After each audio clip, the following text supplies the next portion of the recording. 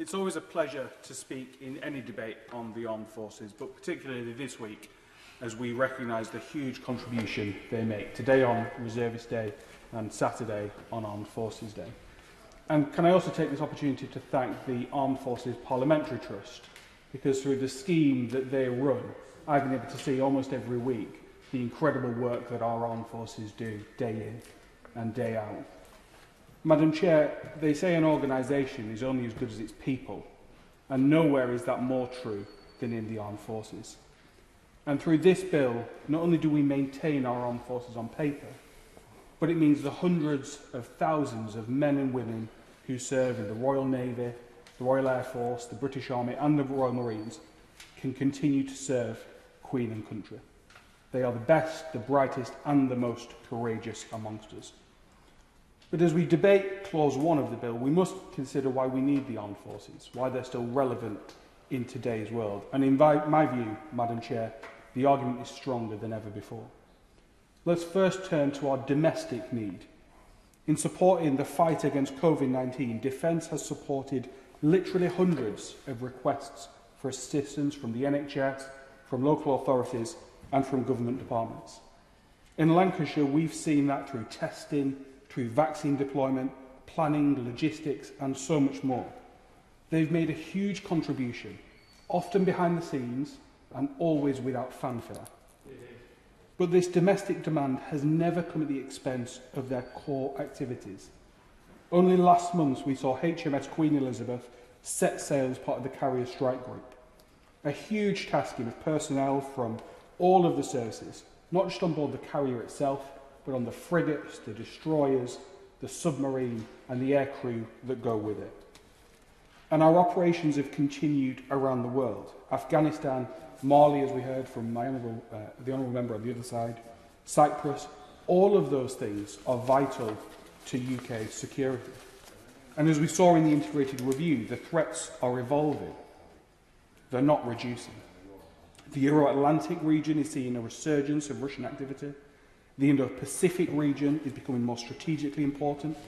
Cyber will become a domain that is involved in all of our military operations. And non-state actors are getting hold of capabilities that have historically been beyond their reach. But this bill isn't just about our serving armed forces. It looks beyond that. It looks at our veterans and at the Armed Forces Covenant. And I noted that the Armed Forces Bill Committee, that was chaired by my excellent colleague, my honourable friend for Brackman, the committee welcomed the move to enshrine the Covenant into law, and I wholeheartedly agree with them on that. But once that's done, it will be down to our public bodies, the NHS, the local councils and more, to put it into practice. And what we must avoid in doing that is a race for everyone to claim their little bit.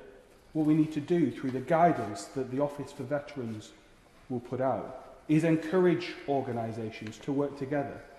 Because if COVID has shown us anything, it's that when public bodies work together, the police, with councils, with the NHS, with housing providers, then so much more can be achieved. So can I urge the government, as it drafts that guidance, to look at best practice? Because everyone wants to do their best. No one wants to just do their little bit. But the government is in a unique position to see the picture nationally and to use that to drive equality of treatment. Finally, Madam Chair, can I turn to new clause 1 and 7 on immigration fees, which I know is a particular concern to some of my constituents. And actually, many of us on all sides of the House agree that we want to see this change. We want our non-UK personnel to be able to reside in the UK after their service has ended. But I think we all also know that the Home Office and the MOD are actively working on it. There's a consultation that closes 2 weeks today. And I think removing, asking that we ignore that consultation and do something today would do nothing to speed up the process, but potentially delay it. Madam Chair, this bill is very welcome. It's vital for our security, and it will make an enormous difference to our veteran community.